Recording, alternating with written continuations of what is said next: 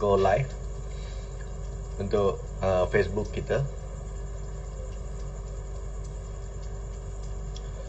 Okey, Assalamualaikum dan selamat malam semua peserta-peserta IIBB dan followers Facebook kita.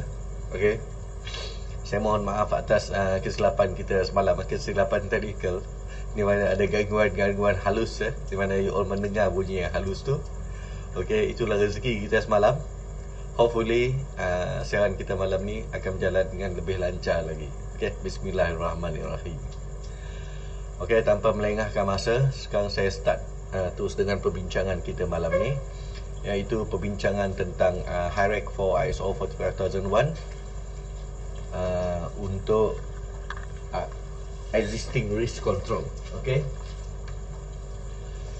Jadi untuk makluman semua, rancangan kita pada malam ni ditaja oleh pihak Intesh, OSH Mobile dan juga MKRS. Okey. Itu adalah penaja-penaja saya malam ni. And then seterusnya saya nak baca sikit iklan daripada pihak Intesh, iaitu 9 ke 10 Februari ada CEP untuk ISO 45001 Migration and Implementation. 2 ke 3 Mac ISO 45001 OSH Objective dan OSH Performance. 31 Mac dan 1 April ISO 45001 juga, tapi dia fokus kepada konteks of the organisation.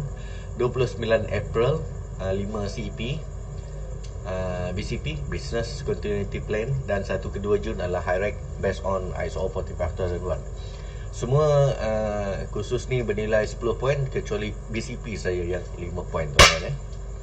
Okey, sekarang kita masuk kepada tajuk kita. Okey, kalau tuan-tuan ingat minggu sebelum ni kita telah membincangkan hazard. And then kalau kita tengok muka surat ni, selepas hazard kita kena buat which can cause / effect kan. Walaupun dia tidak sedemikian. Sebenarnya selepas buat hazard kita kena buat existing risk control dulu, iaitu nombor 6 dia melompat. Okey, dia melompat which can cause tu. Maksudnya which can cause / effect tu kita akan buat pada minggu hadapan. Okey.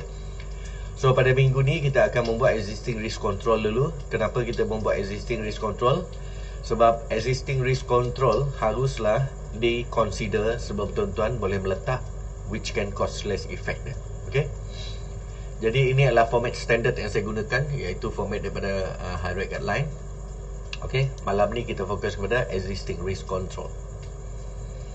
Okey, yang ini adalah petikan daripada ISO 45001 6.1.2.2, di mana dari petikan ni juga ataupun requirement ni menghendaki kita consider effectiveness of existing risk control semasa kita nak membuat penafsiran terhadap OSH risk. Okey. Ini pula adalah hierarchy of control untuk existing risk control. Okey. Dan apakah itu existing risk control? Sebenarnya tuan-tuan, existing risk control adalah juga mengikut hierarchy of control untuk tuan-tuan mengawal risiko, walaupun dia lebih fokus kepada administrative control. Kalau tuan-tuan tengok dekat sini, A adalah, okey, sebelum saya meneruskan, Cik Wan Arif, okey tak suara saya, Cik Wan Arif? Okey, tak ada komplain. Kalau tak ada komplain, saya consider okey. Okey, A adalah use of procedure. B, ensuring the competence of the workers. C, establish preventive maintenance and inspection program. D, specification for procurement. E, application of legal requirement and other requirement. Lepas tu F, menggunakan engineering control dan administrative control. Okey, ini adalah antara existing control yang tuan-tuan boleh perhatikan ataupun inspect semasa membuat hazard identification, supaya tuan-tuan dapat capture apakah existing control measure yang ada pada ketika itu. Okey. Selain pada A sampai F ni, kita juga ada G, iaitu adapting work to workers. Okey. Contoh, defining or redefining how the work is organised. Lepas tu induction of new workers. Lepas tu defining or redefining process and working environment. Last sekali, using economic approach when designing new or modified workplace and equipment. Okay. Ini adalah di antara existing control yang tuan-tuan boleh perhatikan semasa membuat high rake. Okay? So, bila kita capture benda ni semasa kita mengenal pasti hazard. Sambil tuan-tuan pergi cari hazard, sambil itulah juga tuan-tuan tolong tengok apakah existing control measure yang ada. Okay? Kenapa anda buang ERC daripada high rake? Apa maksud perbuatan anda ini? Okay, saya dapati ada setengah syarikat ataupun yang membuat presentation ni, dia orang telah buang ERC. Saya tanya kenapa dia buang. Dia cakap dia tak faham. Dia tak faham, dia buang. Senang je hidup dia. Okay? Lain kali kalau tak faham, belajar. Okay? Jangan you simply buang. Sebab kalau you buang ERC daripada kolom yang terdapat di dalam you punya high rake, itu maksudnya tuan-tuan tidak mengiktiraf usaha-usaha yang telah diletak oleh CEO untuk memastikan tempat kerja tuan-tuan selamat. So please jangan simply buang kolom ERC daripada high rake anda. Okey, macam mana nak cari ERC? Nak rujuk apa? Okey, sila rujuk balik muka surat yang sebelum ni saya dapat cakap. Nak cari ERC boleh cari di existing risk control dia. Okey, ataupun operational control dia. Operational control itulah ERC sebenarnya tuan-tuan. Okey, yang ini pula adalah tentang method macam mana tuan-tuan boleh mencari existing risk control. Sebenarnya apa metod yang tuan-tuan gunakan untuk mencari hazard, itulah metod yang tuan-tuan sepatutnya gunakan untuk mencari existing risk control. Macam yang saya cadangkan sebelum ni, saya mencadangkan supaya tuan-tuan menggunakan observation, inspection dan interview. Maka kalau ini adalah metod yang tuan-tuan guna untuk mencari hazard, maka inilah juga metod yang tuan-tuan sepatut gunakan untuk mencari existing risk control. Okey. Yang ni pula saya nak tunjukkan bahawa di dalam ruangan existing risk control, dia boleh ada kontrol ataupun boleh tak ada kontrol. Apabila kontrol tu tak ada, dia akan tulis nil. Macam di dalam bulatan hijau ni, dia nil tau. Kalau tak ada, nak buat macam mana? Kena cakap tak ada lah. So jangan buat cerita mengatakan benda ni ada. Okay? Sebab existing risk control ni akan memberi impact kepada nilai likelihood dan severity tuan-tuan. Okay? Tuan-tuan akan tengok bila kita sampai ke tajuk tu nanti, di minggu-minggu yang akan datang. Okay? Yang ni saya nak tunjukkan dengan tuan-tuan apakah efek, okay, daripada observation yang tuan-tuan nampak terhadap existing control measure.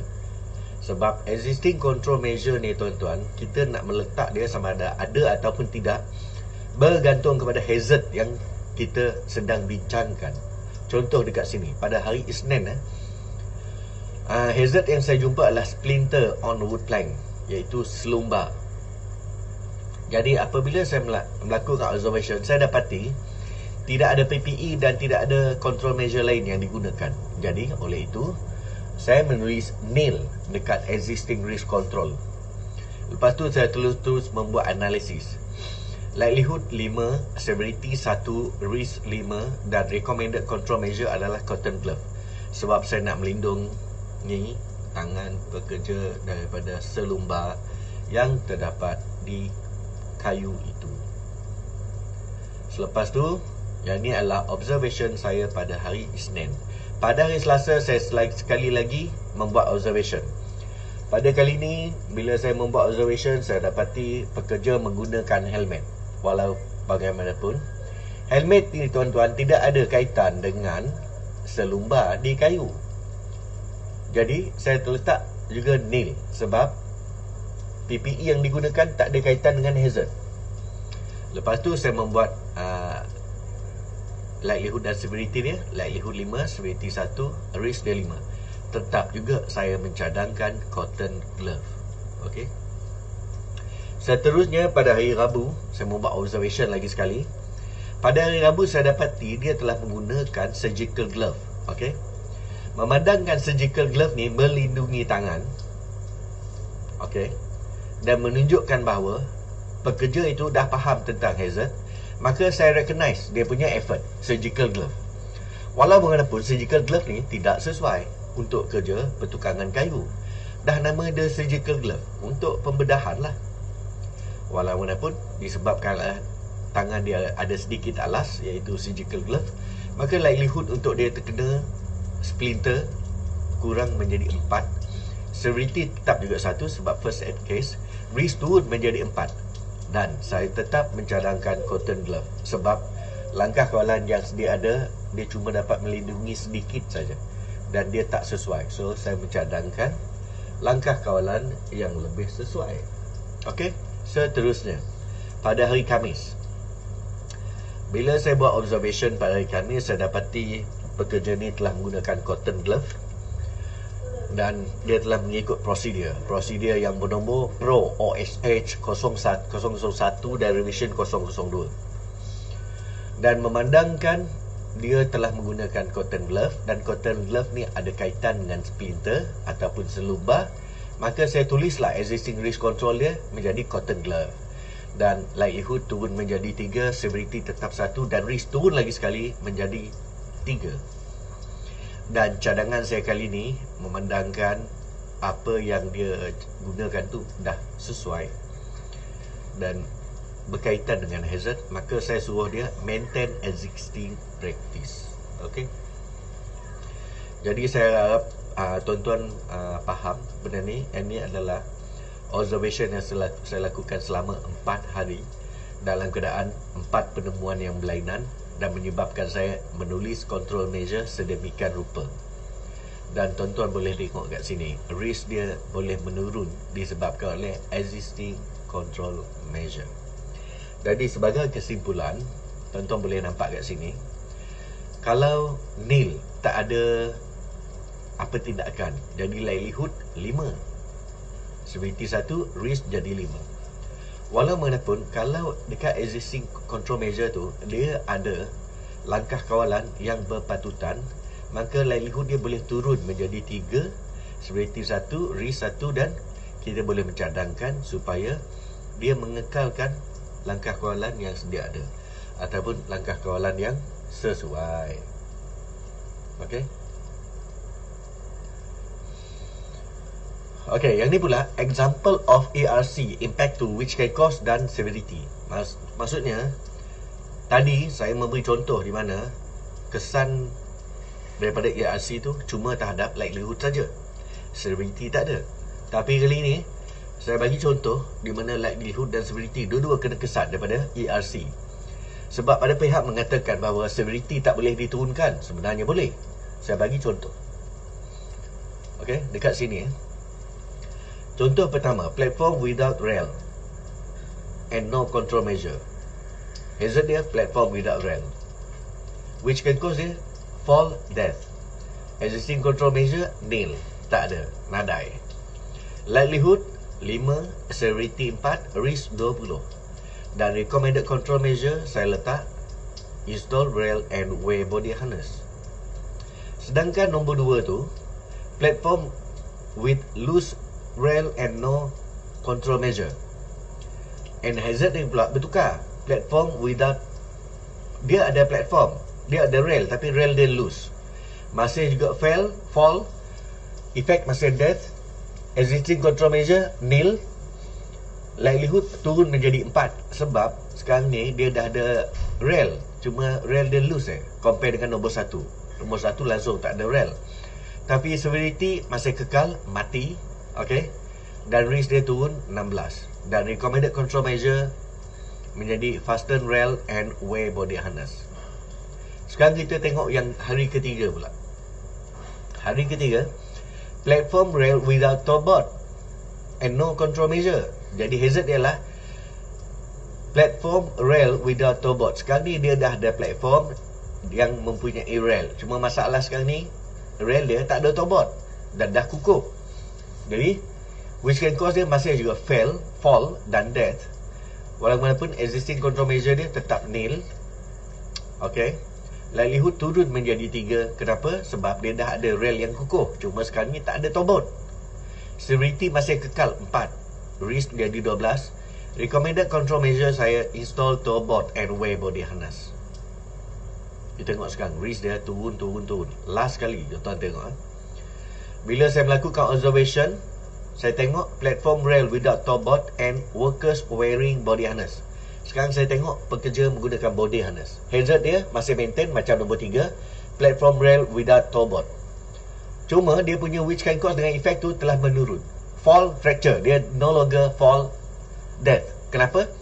Sebab dia ada existing race control. Dia telah menggunakan body harness dan dia telah mematuhi prosedur Pro OSH 002 revision 002, dan likelihood dia turun menjadi 2. Okey, sebab dia dah ada rail dan dia dah ada mengguna body harness. And then severity pula dia turun menjadi 2 sebab kali ni bila dia jatuh disebabkan oleh ada body harness, dia tak jatuh ke tanah, dia hang kat tengah. That's why dia menjadi fracture. Kalau tak ada body harness, dia fall, okey, terkena tanah dan mati. Kita tengok risk sekarang ni turun menjadi 4. Lepas tu recommended control measure, install tollboard. Itu yang saya recommendkan. Okay. Sekarang tuan-tuan boleh nampak di mana kesan daripada existing risk control boleh memberi impact kepada nilai likelihood dan severity. Maksudnya severity pun boleh turun dia punya rating, tuan-tuan, bukan sekadar likelihood. Okey, patutkah anda buang ERC daripada harian anda? Apakah maksud perbuatan anda ini? Maksudnya anda tidak mengiktiraf usaha CEO anda dalam menjadikan tempat kerja anda lebih selamat. Okey. Jadi tolong jangan buang kolom ERC di dalam high rank anda. Jadi yang ni pula saya nak cerita tentang ERC ni. ERC ni bila nak memerhatikan ERC, tuan-tuan kebaikannya fokus kepada physical ataupun hardware saya. You jarang fokus kepada soft system ni. Di mana dari segi legal requirement kita ada safe system of work. Apakah tu safe system of work? Is a system or mode of work which under the circumstances and make adequate provision for the safety of employee, and which if carried out with reasonable care will protect the employee from foreseeable risk of injury. Okay. For example, before a new system is introduced, those whom they will affect should be instructed as to their purpose, trained as to their implementation, and thereafter monitored to ensure that the system put in place are actually employed in practice. Okay, sistem yang you letak tu digunakan lah, bukannya sistem yang you buat ada disimpan dalam almari CEO. Itu tak ada faedah. Okay, pastikan bila ada buat sistem kena pakai, bukan untuk disimpan. Ini adalah contoh safe system of work. Safe system of work adalah, contoh dia adalah prosedur, training, supervision, first aid, emergency preparedness and response system. Lepas tu computer generated maintenance system. Inilah contoh safe system of work. Saya ulang lagi, ini adalah contoh safe system of work. Di mana yang ni pula adalah safe work procedure. Safe work procedure ni sebenarnya, tuan-tuan, dia adalah anak kepada safe system of work. Okay. So apakah itu safe work procedure pula? Safe work procedure, okay, through the completion of a job hazard analysis, sometimes hazard are identified and cannot be eliminated. Okay. Maksud dia dekat sini, safe work procedure adalah prosedur yang tuan-tuan gunakan untuk melaksanakan aktiviti yang berisiko tinggi. Saya ulang lagi sekali. Safe work procedure sebenarnya adalah prosedur yang tuan-tuan gunakan untuk melaksanakan aktiviti yang berisiko tinggi. Sekejap. Alamak, macam-macam.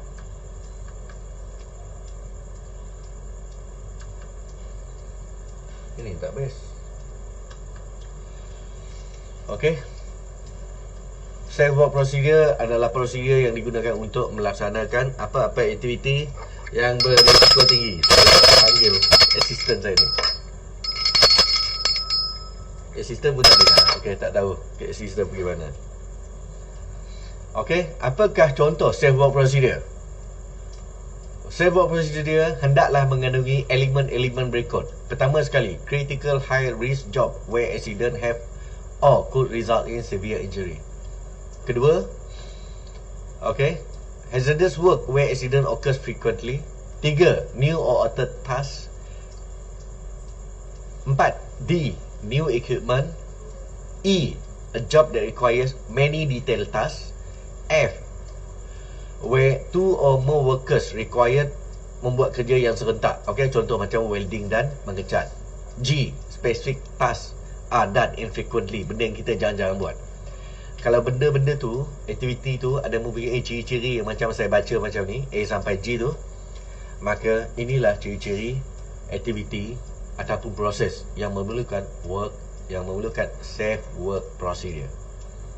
So ini adalah contoh kandungan yang mesti terdapat dalam work procedure. Kalau procedure you tidak memiliki kriteria-kriteria ni, maka safe work procedure itu tak sampai lagi ciri-ciri safe work procedure. So apakah ciri-ciri safe work procedure? Dia hendaklah ada menyatakan tentang legal requirement dekat dalam tu. Lepas tu menyatakan tentang apakah PPE yang nak digunakan, menyatakan tentang berapa kerap training yang kena diadakan. Lepas tu tanggungjawab setiap pekerja yang terlibat di dalam aktiviti tersebut. Lepas tu mengkedaki step by step macam mana cara nak melaksanakan aktiviti itu.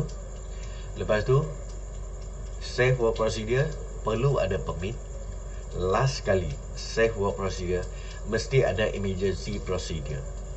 Itulah ciri-ciri dokumen yang dinamakan safe work procedure. Di mana safe work procedure ni adalah anak kepada safe system of work. Okay. Contoh safe work procedure adalah confined space punya procedure. Dan ini lagi banyak contoh-contoh safe work procedure. Confined space procedure, working at height procedure, electrical work procedure, excavation work procedure, plant start-up procedure, plant shutdown procedure, chemical unloading from vessel to storage tank procedure, chemical loading from storage tank to vessel procedure. Okay, inilah contoh-contoh safe work procedure yang ada. Dan ini contoh je tuan-tuan. Kalau tempat kerja tuan-tuan yang berisiko tinggi tu, mungkin tuan-tuan ada lagi banyak contoh safe work procedure. Okay, sekejap sampai ni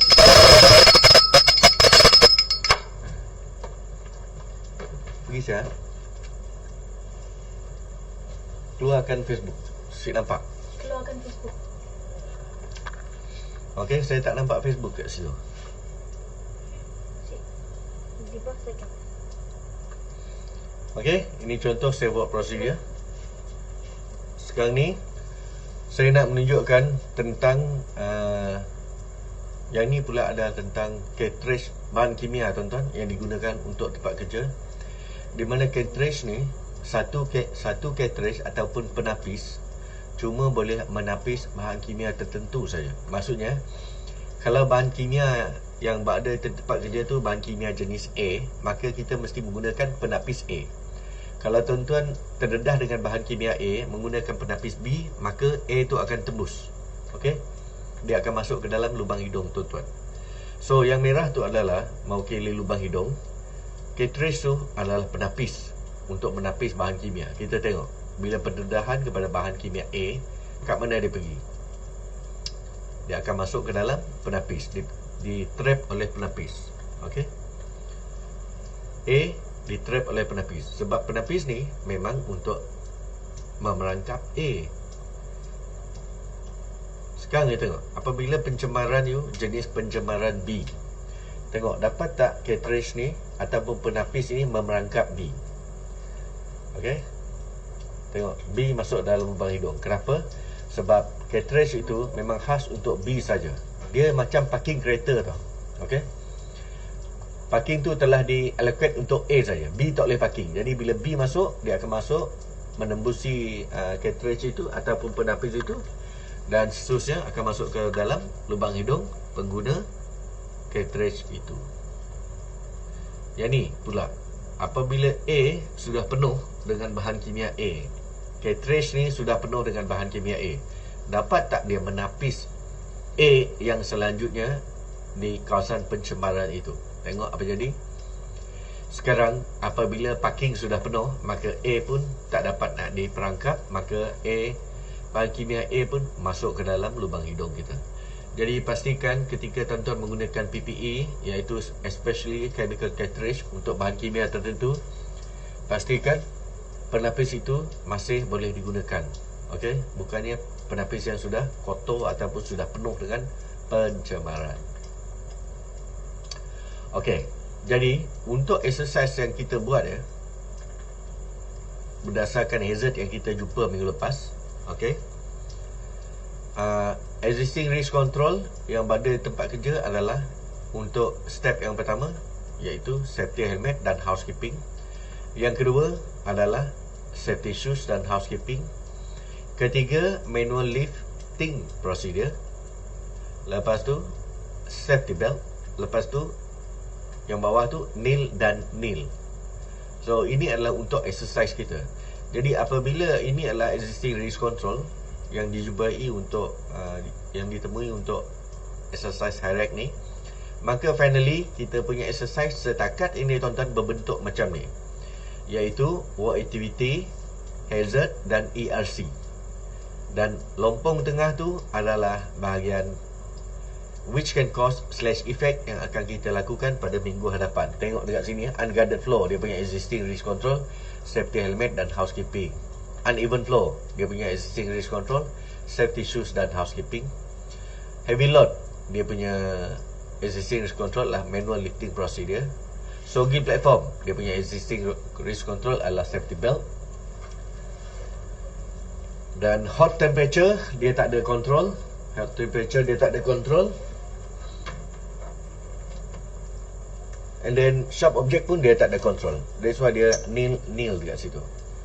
Okay, inilah bentuk exercise kita setakat ini tuan-tuan. Okay, itu saja presentation saya malam ni. Okay, ada apa-apa soalan yang tuan-tuan nak tanya daripada saya? Saya bagi masa kepada tuan-tuan bertanya soalan. Okay, kalau ada soalan sila tanya sekarang.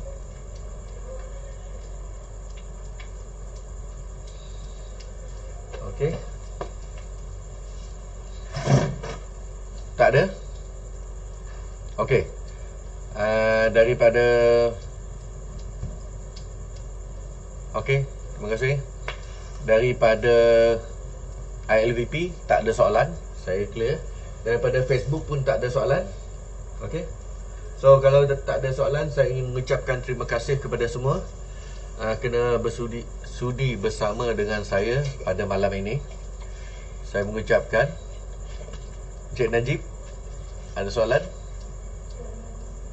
Okay, saya tunggu sekejap.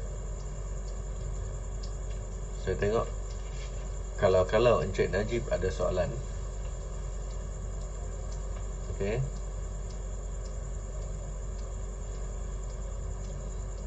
Encik Najib still typing. Okay, boleh peredaran udara biasa dalam gudang dicadangkan sebagai ERC? Bolehkah peredaran udara biasa di dalam gudang dicadangkan sebagai ERC? Jawapan dia boleh. Dan you kena letak dekat sini general ventilation sebagai ERC.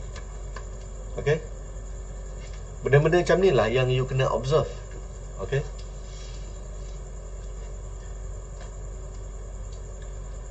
okay, kalau ada soalan sila tanya. Type boleh, verbal pun boleh, tak ada masalah.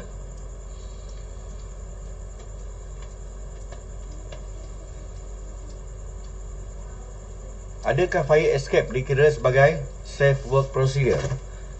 Bukan. Fire escape bukan safe work procedure. Itu adalah safe system of work. Okay, Fire escape bukan safe work procedure, dia adalah safe system of work.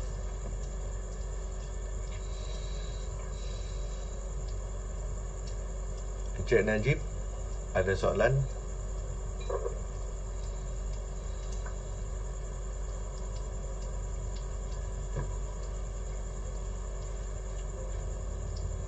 Okey, boleh tanya Encik. Untuk kerja menggunakan pisau, adakah penggunaan cotton glove adalah ERC ataupun PPE? Okey. Untuk kerja menggunakan pisau, adakah penggunaan cotton glove adalah ERC atau PPE yang salah? Sebenarnya dia macam ni tau. Okey. Katakanlah you kerja menggunakan pisau. Okey. You kerja menggunakan pisau. Baik. Berapa ni?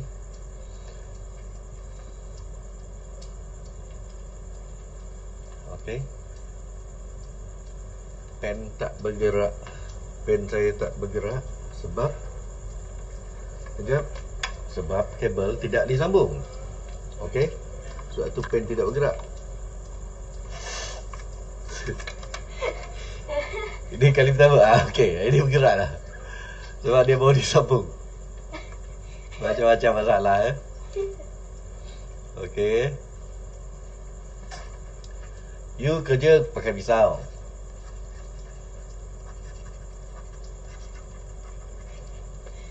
Okey, soalan you tanya, adakah penggunaan cotton glove adalah ERC? Okey. Dalam ni ERC, dalam kotak dia you kena letak cotton glove. Kalau you tulis macam ni ERC, you tulis PPE, yang ni salah. You kena tulis macam ni. Okey. Itu setakat yang saya faham lah soalan Cik Najib. Ataupun Cik Najib boleh on mikrofon pun boleh juga nak sembang dengan saya. So saya tak berapa faham soalan ni. Saya harap saya menjawab soalan lah. Untuk kerja menggunakan pisau, adakah penggunaan cotton glove adalah ERC? Cotton glove adalah ERC. Yes. Okay. On microphone. Boleh on microphone? Okay. Kalau boleh on microphone, on je lah. Kita sembang. Okay.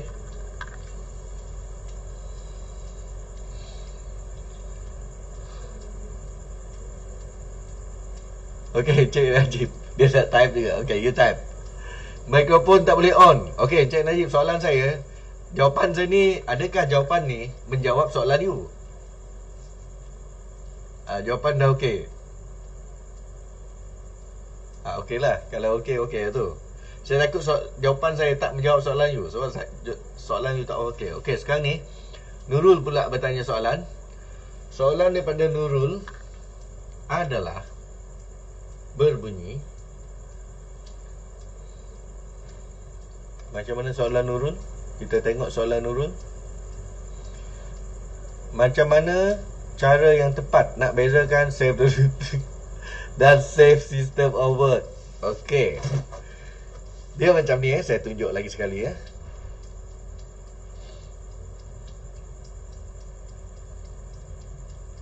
Don't worry, yang saya akan bagi presentation slide ni dekat you all. Tengok kat sini Safe system of work. Saya tambahlah kat sini, safe system of work. Contoh dia adalah benda ni. Benda-benda bawah ni semua adalah safe system of work. Okey.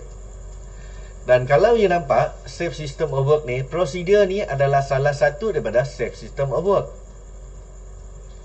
Jadi dia macam ni. Saya tunjuk.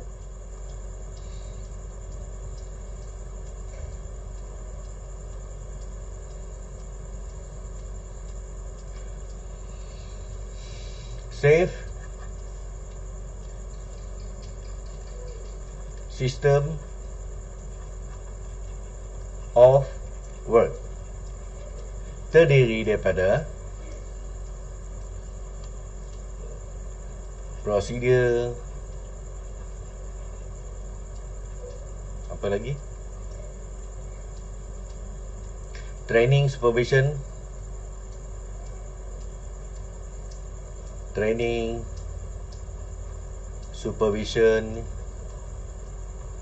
dan bla bla bla. Prosedur ni pula terdiri daripada dua jenis prosedur, iaitu ordinary procedure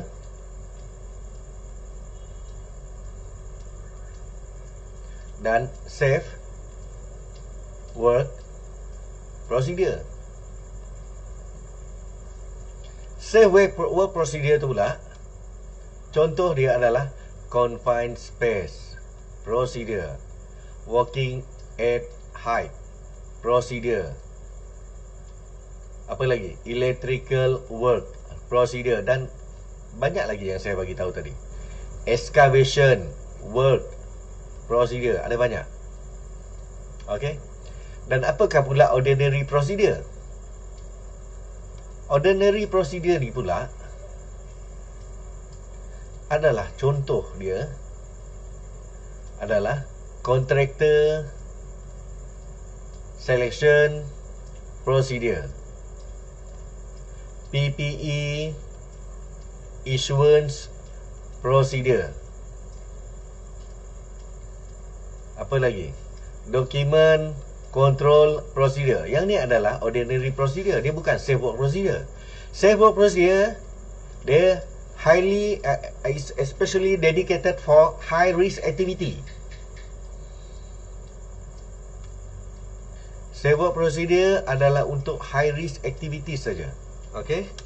Sebagai contoh, kalau tuan-tuan tengok kat sini, contoh-contoh aktiviti yang memerlukan safe work procedure adalah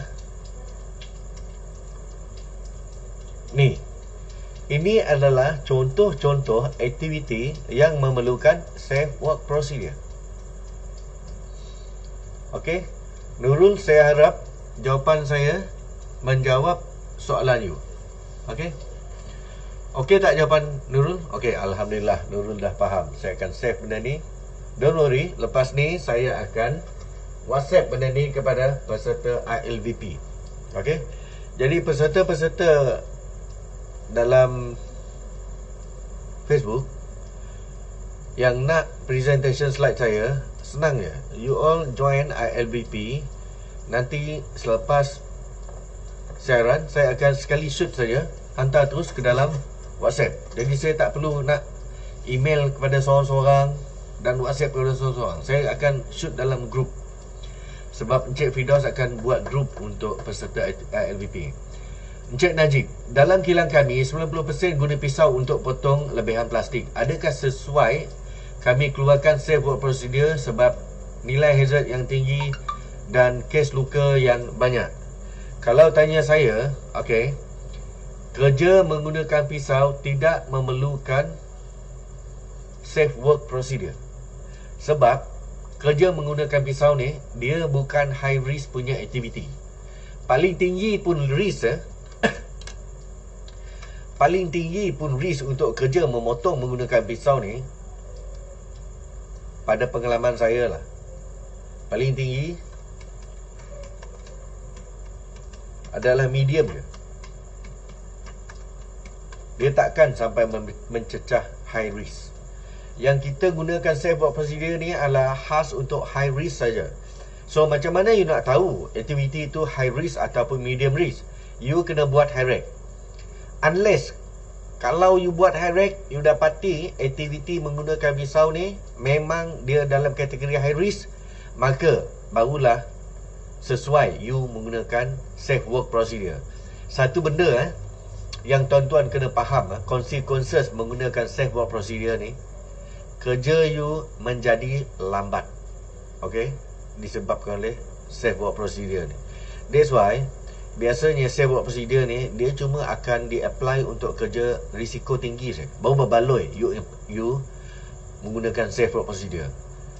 Sebab kalau setakat kerja biasa-biasa saya dan risk dia medium, you pakai safe road procedure, dia akan mengganggu operasi syarikat. Okey, itu jawapan saya.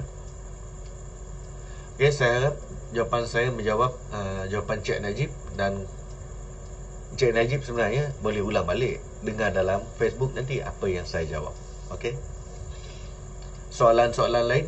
Ada soalan? Okey, Cik Najib dah clear. Yang lain ada apa-apa soalan?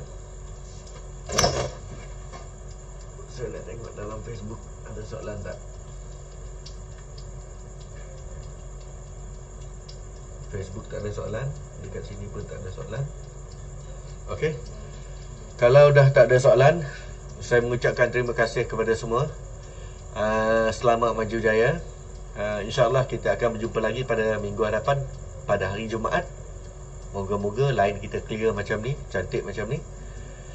Okey, saya mengucapkan terima kasih dan Assalamualaikum.